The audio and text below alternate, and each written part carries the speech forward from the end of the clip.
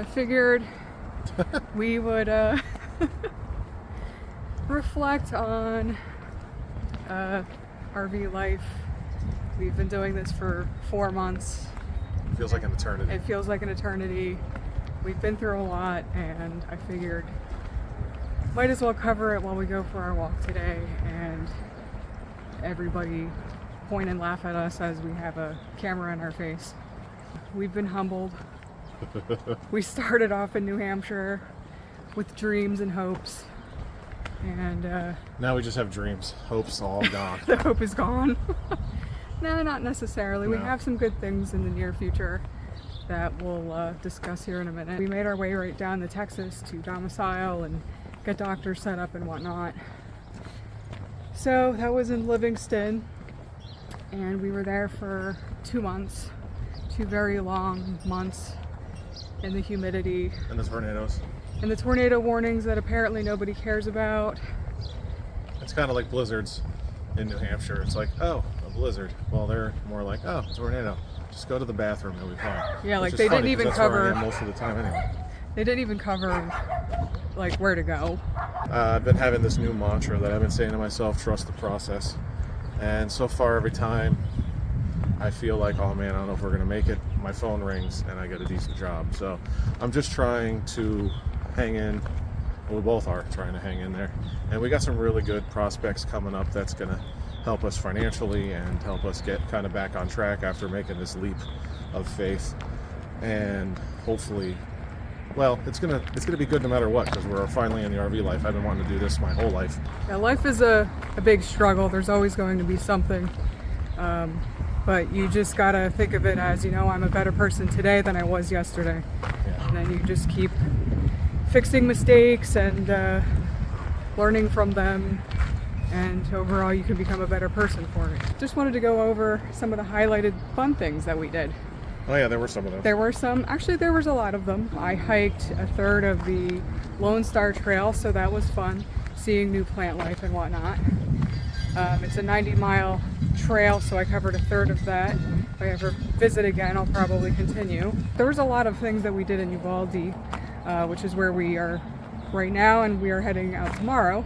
Quite a variety of things to do here. Hill country, which I didn't even know Texas had hills. Yeah, same. So if you drive roughly an hour north of here, there's actually some great trails to explore. The first one that I checked out was Hill Country State Park. Beautiful. I highly recommend doing it. We also checked out Kickapoo Caverns. We didn't do the cavern part, but we did the hiking. Insert all your poo jokes here. Right, hence my my shirt. It was actually so cool, in my opinion, that I went back the next weekend. We also explored Seminole Canyon, which is at the Rio Grande. I think overall there was a lot of cool things that we did, and personally that's my favorite part of RV life so far. We're heading out tomorrow. It is around the middle of March right now, and we're super excited to get back out on the road, making our way to Arizona for the Escapees rally. So we're going to be there for a few weeks. Hopefully we can drum up some work and enjoy the desert life, which is something I don't know much about yet. And then after that, we're heading north to Wyoming for the summer. Never thought I would say that in my life. But we're heading to northern Wyoming. I'm going to do some work camping. And then we have a couple other prospects after that, but that's going to be after September in the later half of the year. Right. Got to head back to the family in October every year for family birthdays and events and stuff. In New Jersey. I just wanted to reflect today on our final walk in Uvalde. Yeah. We've learned a lot. We've seen a lot. There are a lot of really cool roadside oddities. A lot of cool hiking trails. Met a lot of amazing people. Free donuts. We had free donuts every Friday. I missed that. I'm gonna miss that too. So what I like to do the night before or the day before, since it's not night, roof inspection. Make sure there's, sweeping all that stuff off, making sure there's no debris up on top of the slide toppers. If you don't have slide toppers, you still want to make sure there's no debris on your actual slide out. So when you bring the slide out in, yeah, it does have swipe seals, but sometimes it doesn't get all the all the pine cones and pine needles and sap and all that crap, and it brings it in and then it ends up on your floor. So you want to make sure you sweep all that stuff off. I like to do it the day before because when you wake up in the morning, most of the stuff should be done because you kind of want to be ready to rock and roll and get the heck out early so you can get to your next destination. With the 3-3-3 rule or whatever rule you like to use, we usually like to leave between 9 and 10. So tomorrow we'll probably be disconnecting. Today is usually about inspection and to make sure we're road ready and make sure there's no issue with the slide outs underneath, making sure the slide topper is looking good from below, and then, you know, checking your cables or whatever type of slide you have. You want to make sure those aren't worn out or anything like that, and also to make sure everything's going to function before you leave. I know it's kind of last minute, so if you find out, oh hey look, my cable snapped, it does kind of suck, but this is more, you should be looking at that stuff anyway while you're in your destination. Every time you go out to dump the tanks, you should always kind of just do a visual real quick while you're out there. Or if you're about to go for a walk, you know, take the long way around the unit and just kind of get a visual just to make sure, because you never know what's going to happen, especially if you're inside a lot.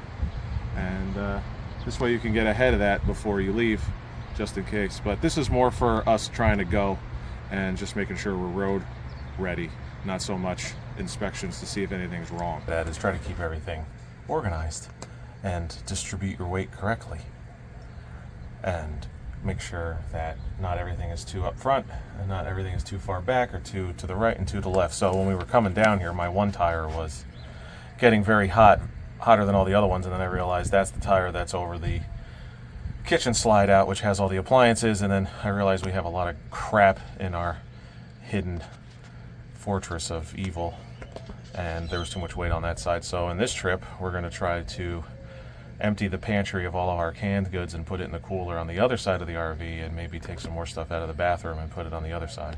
I know I'm telling you this while I'm in a compartment, but the information is still relevant.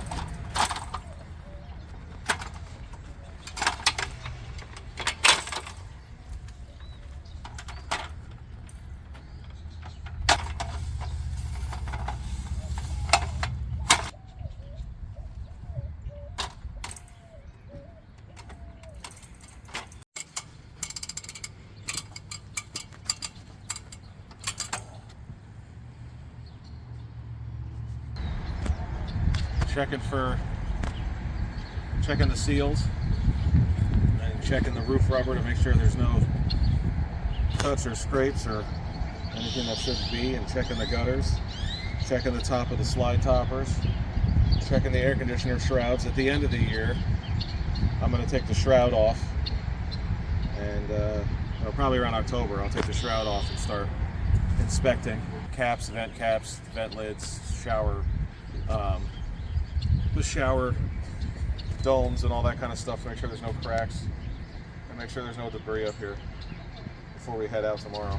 So basically what I'm doing is being a second set of eyes to just check the sealant around things, make sure there's no cracks.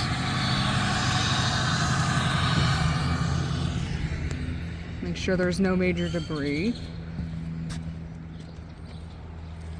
Things of that nature. We've had a few days of dusty, gusty wind, and we actually brought the broom out and everything, and it doesn't even really need to be swept.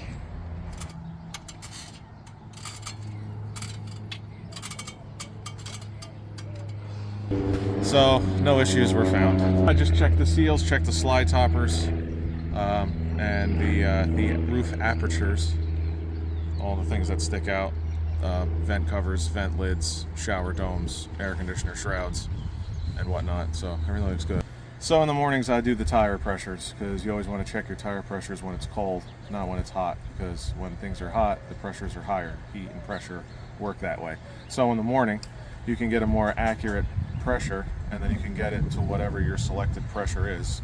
Usually you have a data tag that's on the front of your unit that has the tire pressures on it that tells you what they should be set at, and that's what you want to set it at before you leave. And then throughout your travels, because the temperature is going to raise and the pressure is going to increase, your pressures are going to go up. So you want to make sure you have your TPMS, if you have that, set to an alarm so that you know you need to pull over and cool down if your temperatures are getting too high or if your pressures are too high. Also, the tires are speed rated. Speed rated. So the more pressure builds up, the more pressure, the more heat, then you have blowouts. So I like to check to see the slide out gears and the teeth to make sure there's no rust buildup or there's no really bad gunk of debris and stuff like that. If you're going to lube them, you want to use a dry lube, because anything that's sticky or wet while you're driving down the road, or even while they're extended and out, all the dust is going to kick up, all the wind is going to kick up a bunch of dust, and that's going to get stuck to that, and that's going to cause issues when the gears are going to start and you get all that debris and it gets all stupid, and you can break teeth, and the slide can get damaged, and it comes in all wonky, and then you got all kinds of problems and stuff. And then just overall visual inspection of anything underneath, anything hanging around your tires and the slide outs underneath, and then you can kind of get a visual inside with with your suspension, your equalizers, and all that kind of stuff. You can kind of get a visual from the opposite side and then this way, and if you really want to get in there, you can go underneath and start doing more in-depth research on what you're doing, which I'll probably do tomorrow while I'm doing the tires, not so much now. So basically, after all that, yeah, we just do a basic just a basic visual inspection. Make sure the lights aren't broken off, there's nothing hanging, there's no broken windows, no broken screens, no dents, gutters aren't hanging off, that kind of stuff. Although I'm probably going to have to go up there and clean off the backup camera, but I'll probably do that tomorrow. We do both sides and all slide outs, and then just do a walk around, and then again we'll do another walk around tomorrow.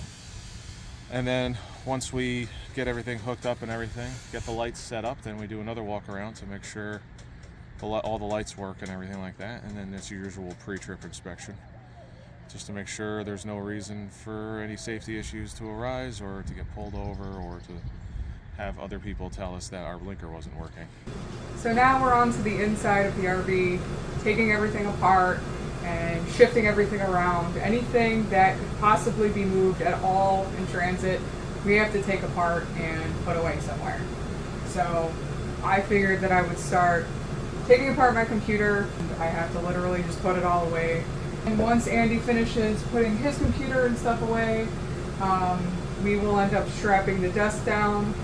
We have 2 slides on each side, so once it comes in, we will squish the chairs into here and strap it, and we'll be off to the next thing. So we've gotten pretty used to the idea of packing a lot of stuff into a little space.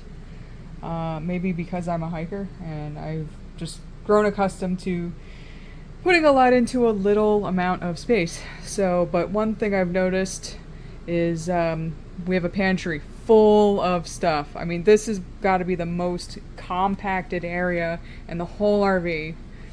But we figured, we should probably consider distributing the weight. So the slide here is the heaviest because it's got all of the kitchen appliances and whatnot. We also have things on the other side of the television.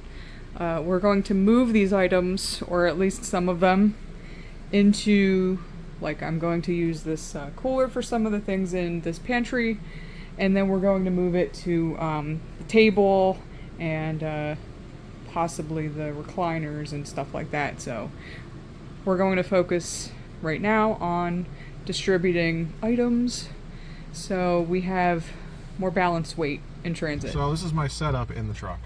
I have my TPMS sensors down here, so this helps with my tire pressures and my tire temperatures while I'm rolling. This is for my GPS, which is over here. Yes, that's starting now. And then this is for my backup camera, which is up here. So this is the setup when I'm driving. This is what it kind of looks like. So nothing's in the way, so to speak. There's nothing hanging or in the way, but then I'm perfectly capable of seeing behind me, so it helps me switch lanes. And when I'm backing up, this is what helps me get my route plan. So we already have all of our trips for the next till April. We got a lot going on. I'll have my phone up also, and then I will have Google Maps up as a secondary. I will have Open Roads on for gas, and then I will have Garmin Drive on to help with the traffic and information going directly to my GPS over here. It'll show traffic on here when it's connected to my phone and the trip that I have. I'll have Life 360 on so I could see how far Jackie is ahead of me, and I could kind of get a time frame of what's going on with that. And then I'll have text messages up so I can voice the text in case I need to let Jackie know I'm stopping, pulling over, or what other issues I have. So I try not to do too much while I'm driving, but everything's kind of like right there, so I'm able to pay attention a lot. But this is kind of my setup, and as you can see, nothing's really in the way.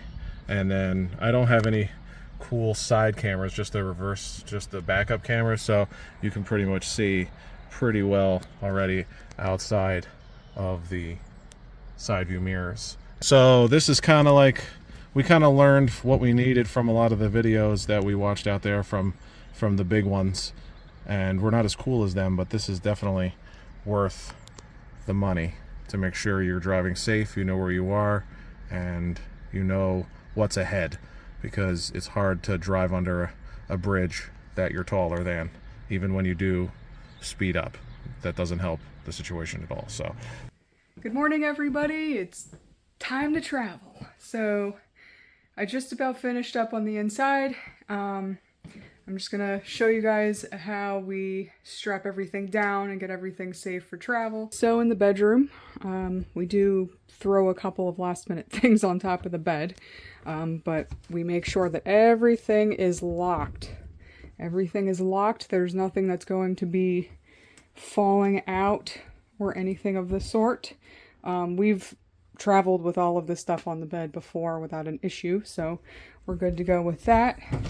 Bathroom, all of our stuff's in the sink, a couple of things in the shower that usually don't move, so we're good there. Still have a few things to clean up. That's usually the last thing I do.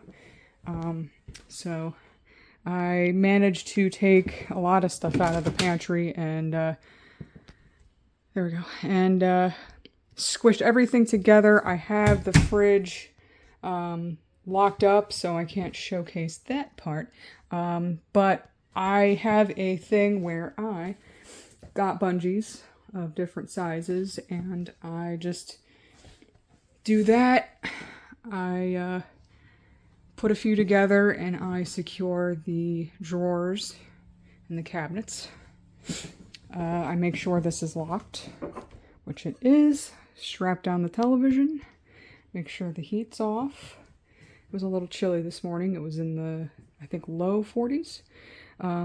Got those cabinets up there secure. Andy last night secured the desk, and we took apart our computers.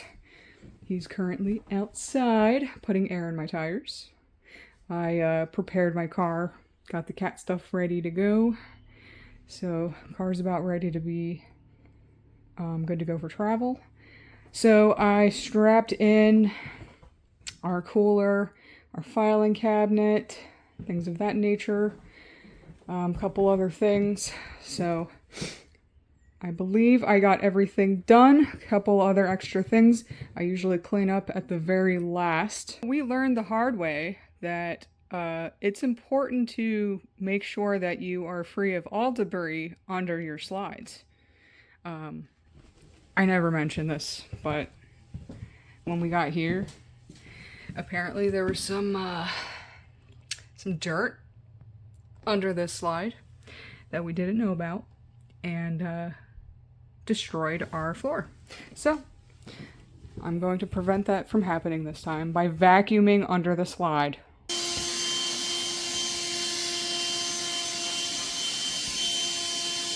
Let's bring the slides in.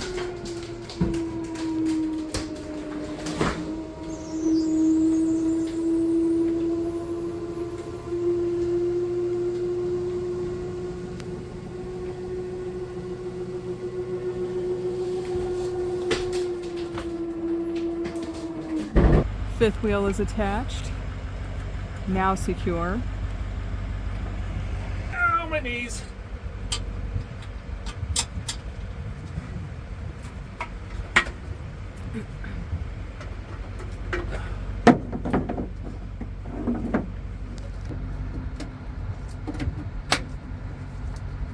We already raised the rear jacks and we've already hitched up.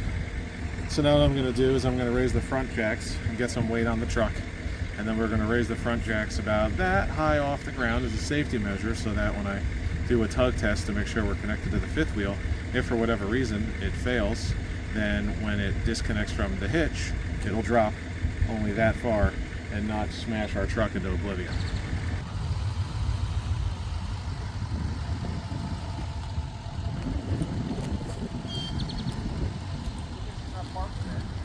Oh, I know. Oh, I would have been so mad.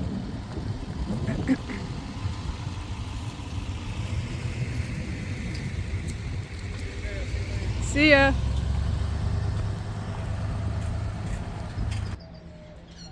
So this is the inside of a compartment. This is where I keep all my com parts in my compartment. God, I hate heights. Will you hurry up and get there? I'm trying to have a conversation here. This is useless because I have a giant house behind me. Bucket. I can't see. Hi, everybody. Oh boy. Drawing a blank. Yep, see?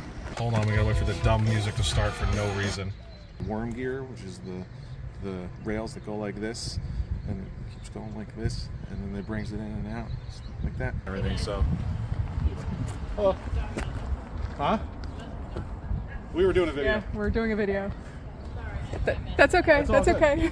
It's okay. We're just gonna edit it out. Apparently it's a great day for flying! There's Jackie acting like a nutbag. Things and that kind of expense. Food. Small barbecue. Yeah, because there's just stuff everywhere. Come on. Let's take a walk into my truck and I will show you all of my things. Thank God there's no profile in this video. You'd see how many donuts I had. Right, it's only from here down. Let me roll the windows. Let me roll the windows down. Let me roll the windows. That's all the dust. That's neither here nor there. That was neither here. No, it's fine. Okay, bye.